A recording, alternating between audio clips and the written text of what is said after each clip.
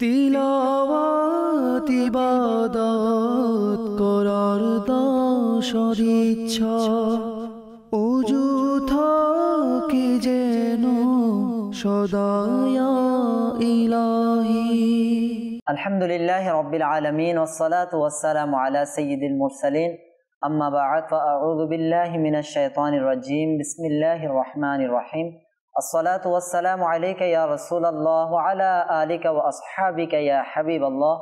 আসসালাতু ওয়াসসালামু আলাইকা ইয়া নবিয়াল্লাহ ওয়া আলা আলিকা ওয়া আসহাবিকা ইয়া নূরাল্লাহ।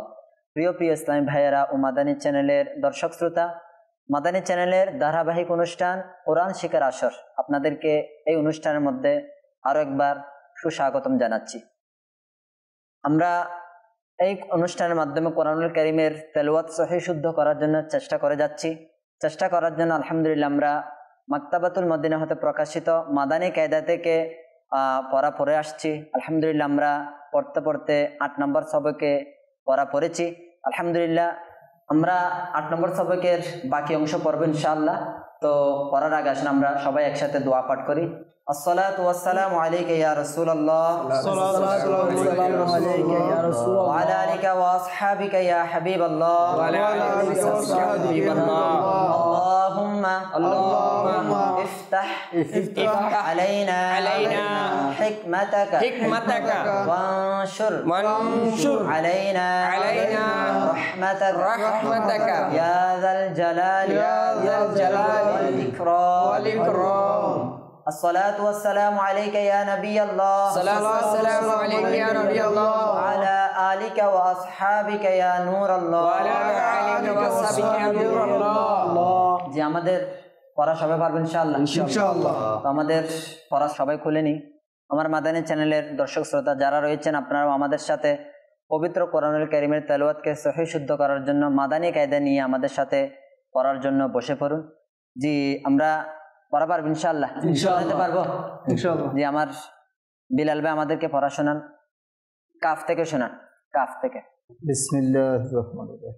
কাফ খাড়া জবর কা, কাফ খাড়া জের কি, কাফ উল্টা পেশ কু, কাটি কু, কফ খাড়া জবর ক, কফ খাড়া জের কি, কফ উল্টা পেশ কু,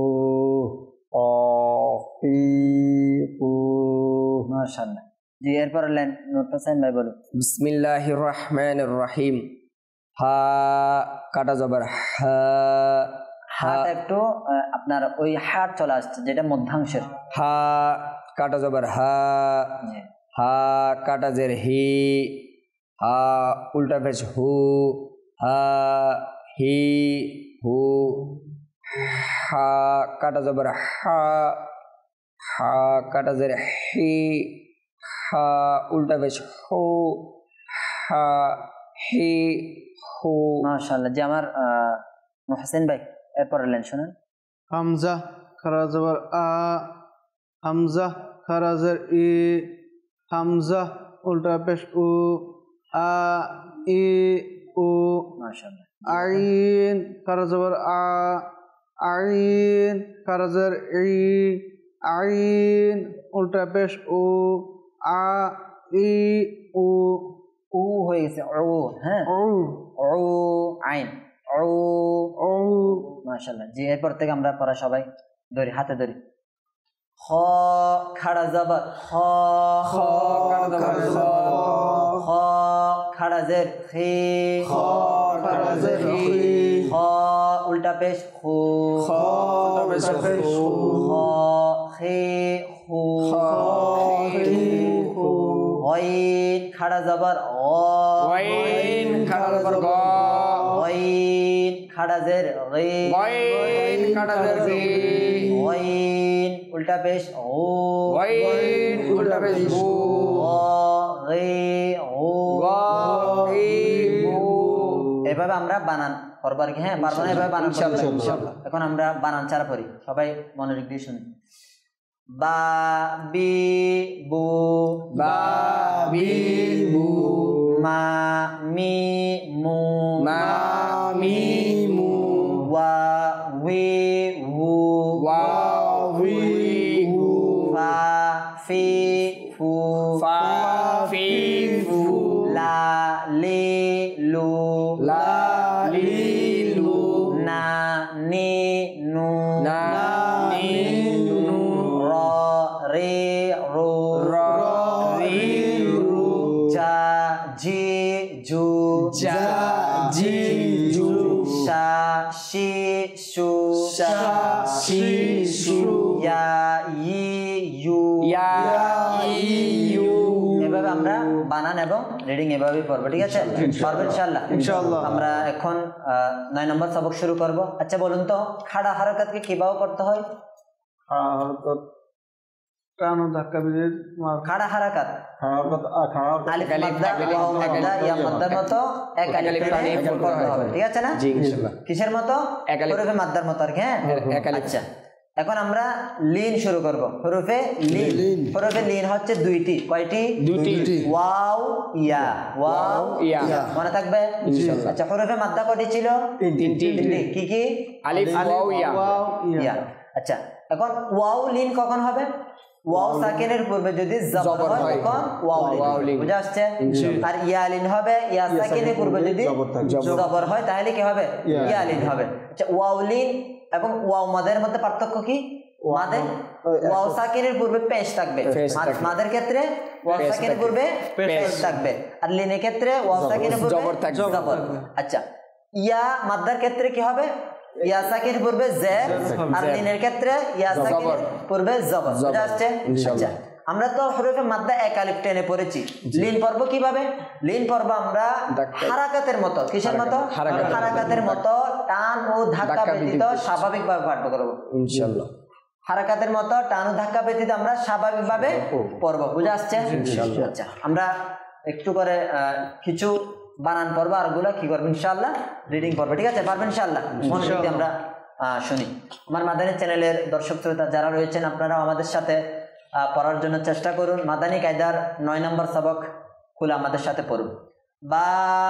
ওয়াও জবর বাউ বা ওয়াও জবর বাও বা ইয়া জবর বাই বা ইয়া জবর বাই বাউ বাই বাও বাই বাউ বাই বাও বাই তা ওয়াও জবর তাও তা ওয়াও জবর তাও তা ইয়া জবর তাই তা ইয়া জবর তাই তাও তাই তাও তাই আমরা হাতে ধরে চোখে দেখি পড়ি থা ওয়াও জবর তাও সা ওয়াও জবর তাই থা ইয়া জবর তাই সা ইয়া জবর তাই তাও তাই তাও তাই জিম ওয়াও জবর যাও জিম ওয়াও জবর যাও জিম ইয়া জবর যাই জিম ইয়া জবর যাই যাও যাই যাও যাই হা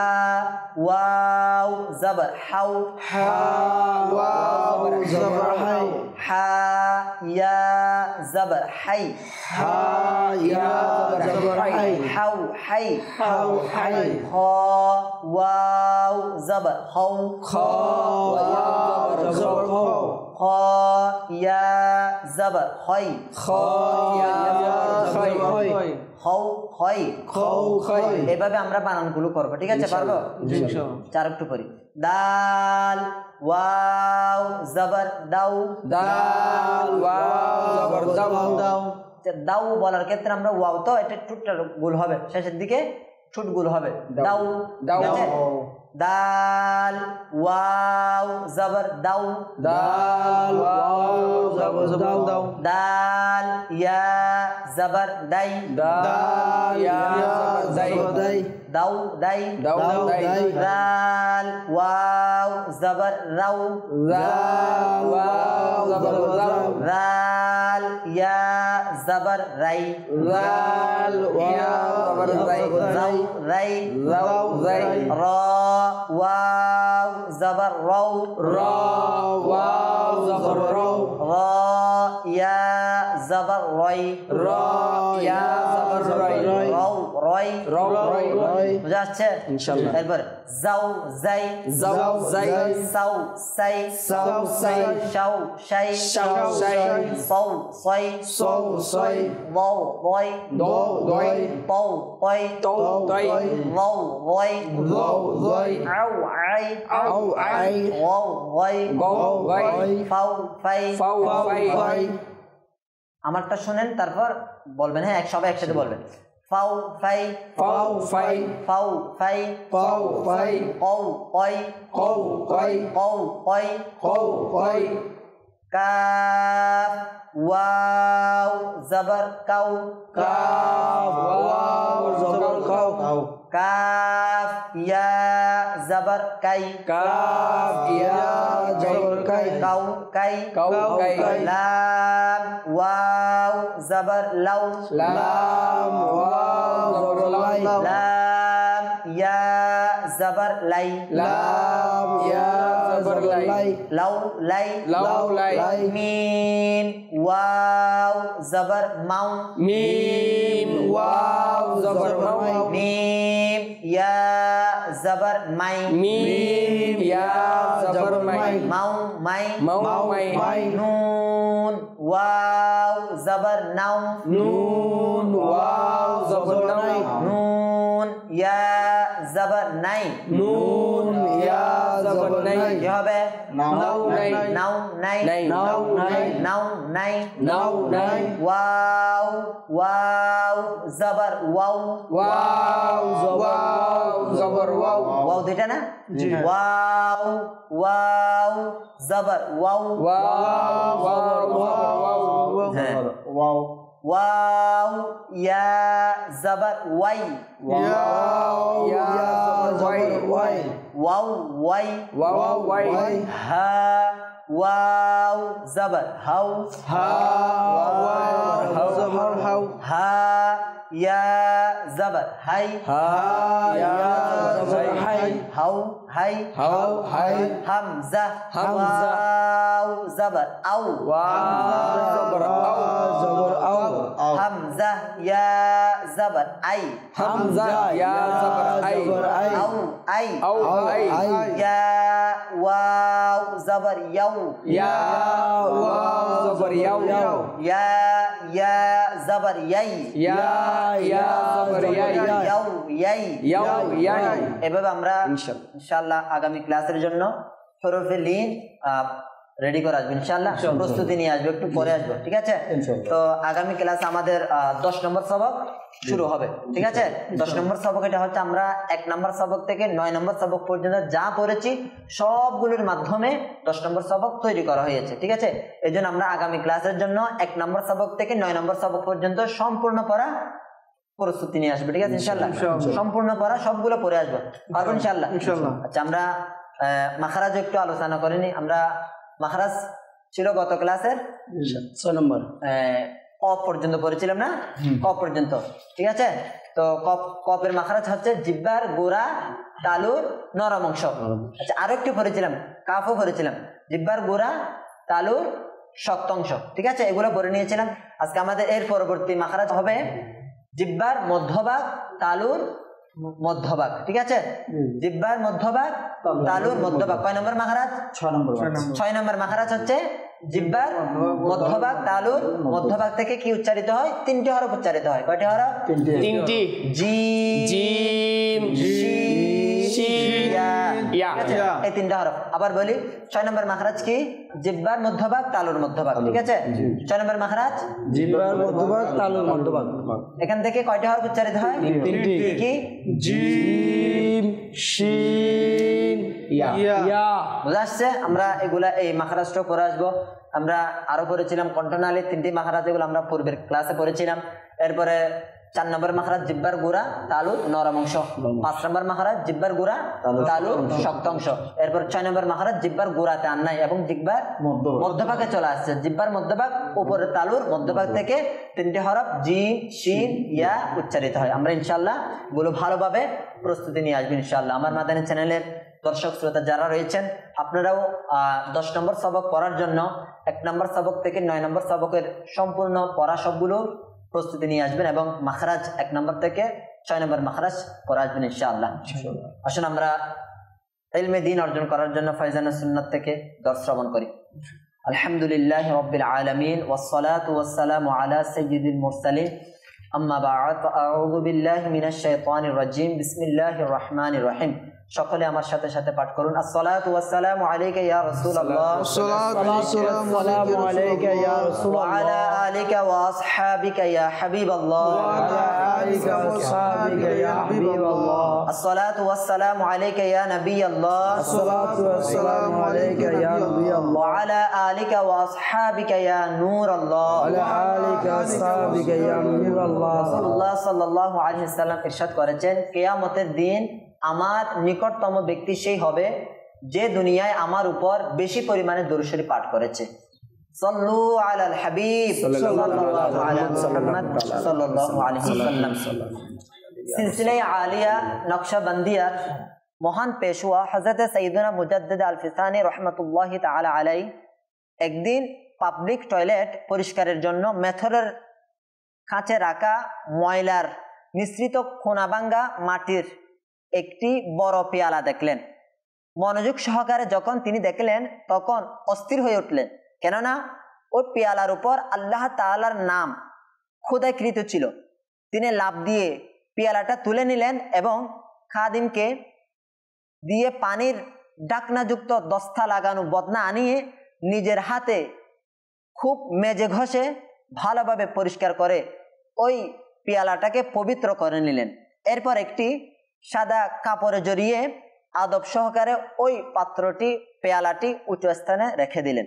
তিনি রহমাতুল্লাহি তাআলা আলাই ওই পেয়ালা দিয়ে পানি পান করতেন। একদিন আল্লাহ তাআলার পক্ষ থেকে তার রহমাতুল্লাহি তাআলা আলাইহির উপর ইলহাম করা হলো, যেভাবে তুমি আমার নামের সম্মান করেছ আমিও দুনিয়া ও আখিরাতে তোমার নামকে উঁচু করব।